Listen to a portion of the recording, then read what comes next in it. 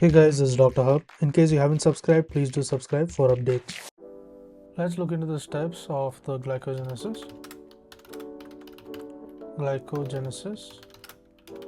and the respective enzymes.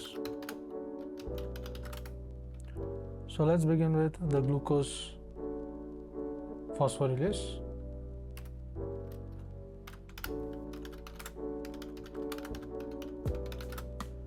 So here in glucose phosphorylation, the enzymes involved is hexokinase in the muscle and the glucokinase in the liver.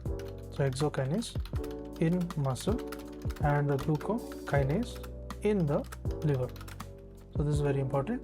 Then the glucose 6-phosphate is converted to the glucose G6 is converted to the G1 phosphate. So here what is the enzyme? Enzyme is the PGM, that is the phosphoglucomutase. So in case of these steps, there is a glucose phosphorylation. It involves the enzymes hexokinase and the glucokinase. Hexokinase is the muscle, glucokinase is the liver. Then G6P is converted to G1P, that is a phosphoglucomutase is the enzyme which is involved. Next, moving on to the attachment of the UTP and this is to the glucose. So UTP is attachment of the UTP to the glucose 1-phosphate.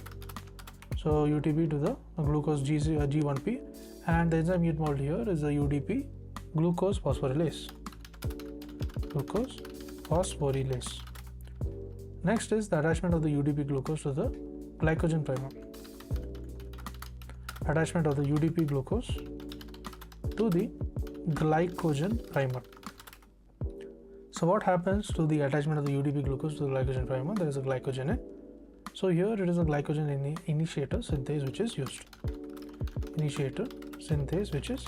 used. Next is the glycogen branch formation. The glycogen branches formation. So glycogen branches formation, the enzyme involved is the branching enzymes. So it involves the branching enzymes and there is the amylo 1,4 to the 1,6 and this is the trans-glucosidase. To learn and grow daily like this, please do subscribe.